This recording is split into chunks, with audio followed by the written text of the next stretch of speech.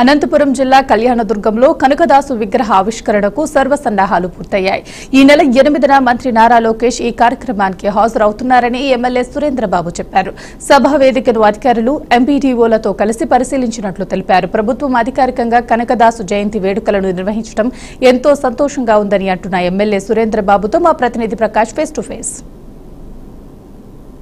నెల 8వ తేదీన కళ్యాణదుర్గం నియోజకవర్గంలో కనకదాస్ జయంతి 538వ జయంతి పురస్కరించుకొని 9 అడుగుల కాంస్య విగ్రహం అయితే స్థాపించనున్నారు. ఈ విగ్రహానికి సంబంధించి ఒకసారి ఏర్పాట్లని అన్ని పరిశీలించడానికి ఈ విగ్రహం ఓపెనింగ్ చేయడానికి నారా లోకేష్ ఐటీ శాఖ మంత్రి తర్వాత విద్యాశాఖ మంత్రి గారు రానున్నారు.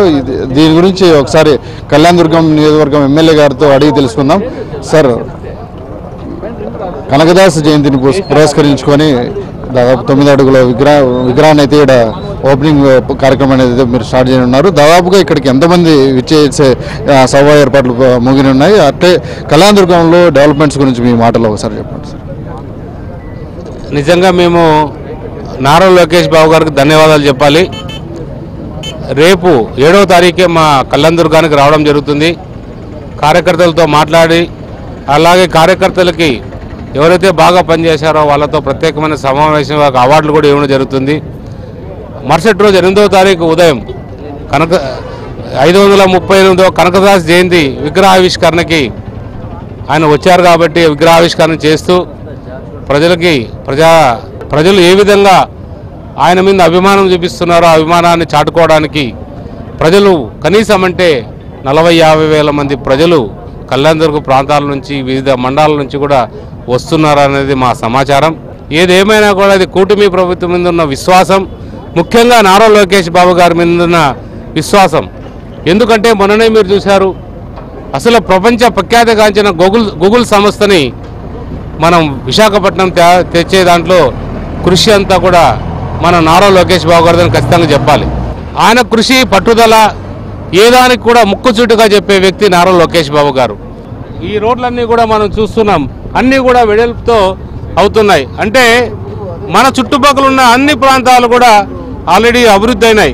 రాయదుర్గం కావచ్చు, ఉరవకొండ కావచ్చు, మడకశిర కావచ్చు, అన్నీ కూడా అభివృద్ధి అయినాయి. అందరికీ డబుల్ రోడ్లు ఉన్నాయి. కానీ మా కళ్యాణదుర్గ ప్రాంతం ఒక పెద్ద పల్లెటూరు మాదిరిగానే ఉండిపోయేది. దాన్ని ప్రజలు కూడా చాలా బాధపడేవాళ్ళు.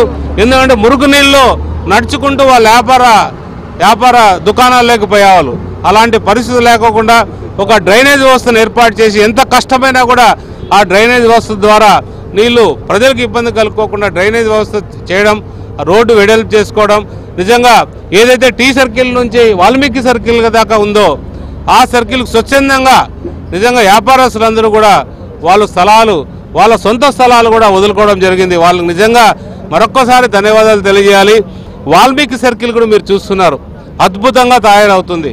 వాల్మీకి సర్కిల్ అంటే అసలు ఒక గొప్ప కవి వాల్మీకి, ఎంతో మంది లక్షల మంది కోట్ల మంది అభిమానం సాధించుకున్న వాల్మీకి విగ్రహాన్ని భారీ ఎత్తున కూడా అక్కడ ఏర్పాటు చేయబోతున్నాం. 10 అడుగుల విగ్రహం అంటే కంశ విగ్రహం అంటే భారీ ఎత్తున విగ్రహం కూడా ఉండబోతుంది. భారీగా ఆ సర్కిల్ని కూడా డెవలప్ చేస్తున్నాం. ఎందుకంటే ఎన్నికల్లో కూడా మేము చెప్పాం ఈ సర్కిల్ని కంశ విగ్రహంతో పెడతామని. ఆ మాట నిలుపుకోవడానికి ఈరోజు కూడా వాల్మీకి విగ్రహాన్ని కూడా భారీ ఎత్తున రెడీ అవుతుంది. 2 నెలల్లో పూర్తిగా అవుతుంది. ఆ రోజు మా ప్రయత్నాలు చేస్తాం. ఎవరితో ఓపెన్ చేయించాలనేది మా అందరితో మా సంబంధించిన నాయకులతో చర్చించి వాళ్ళ అభిప్రాయ ప్రకారంగా దాన్ని కూడా 2 నెలల్లో ప్రారంభించి ఏర్పాటు చేస్తామని తెలియదు. అందులో భాగంగా మా వంతుగా కొంత కష్టపడకపోతే ప్రజలు ఇబ్బంది పడతారనే ఉద్దేశంతో మేము ఈ విధంగా అభివృద్ధి కార్యక్రమాల వైపు చూస్తున్నాం తప్ప ఇది ఎవరిపైన కక్ష సాధింపు కాదు. ఎందుకంటే ఇది గవర్నమెంట్ స్థలం.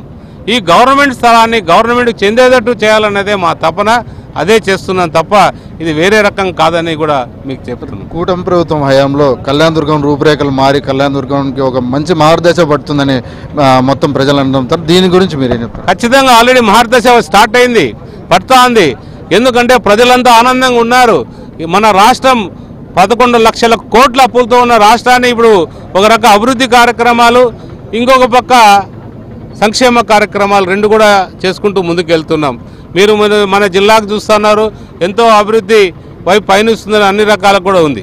మొత్తం మీద చూసుకున్నట్టయితే కళ్యాణదుర్గానికి అయితే దగ్గరలో పెద్ద మార్గదశ పడుతుంది. ఈ రోడ్డు వైడనింగ్లు చూస్తేనే రేట్లన్నీ డెవలప్మెంట్ రియల్ ఎస్టేట్ కూడా ఒక మంచి మంచి రేట్లు వచ్చే ఆలోచనలు కూడా ఉంటాయంటూ లోకల్ ప్రజలు అయితే చెప్తున్న పరిస్థితి ఉంది. కెమెరామెన్ కమల్తో ప్రకాష్, అనంతపురం జిల్లా.